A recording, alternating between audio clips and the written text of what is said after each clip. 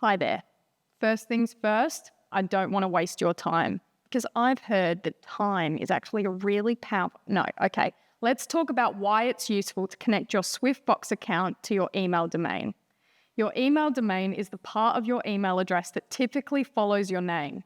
Connecting SwiftFox to your email domain allows you to send beautiful segmented emails and newsletters to all your contacts from within SwiftFox, while appearing to still come from your regular email address.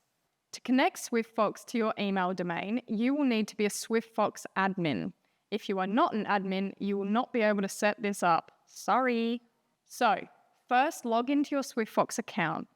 Go to the settings page, open the email management folder and select email domain. Now enter your domain name. Click create.